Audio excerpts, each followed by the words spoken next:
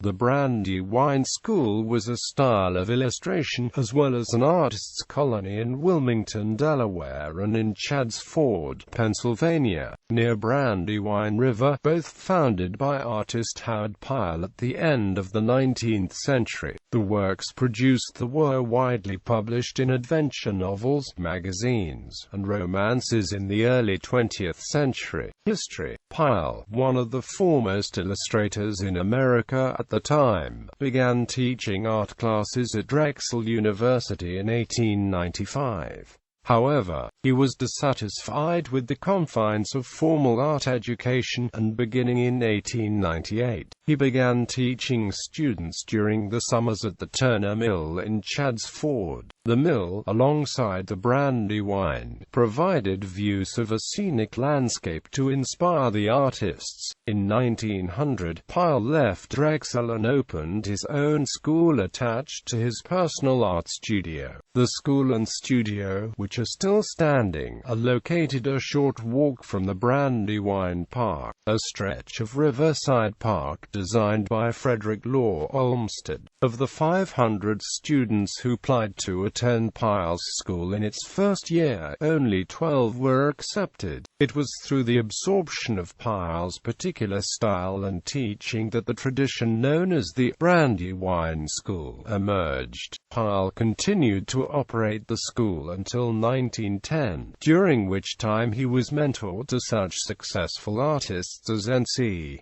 Wyeth, Frankie Schoonover, Stanley M. Arthurs, William James Aylward, Thornton Oakley, Violet Oakley, Clifford Ashley, Anna Whelan Betts, Ethel Franklin Betts, Ellen Bernard Thompson Pyle, Jesse Wilcox Smith, Olive Rush, Philip R. Goodwin, Alan Tupper True, and Harvey Dunn. In all, 75 artists were trained by Pyle during the 10 years he ran his school in Wilmington. The Brandywine School continued on in Pyle's students even after his death in 1911.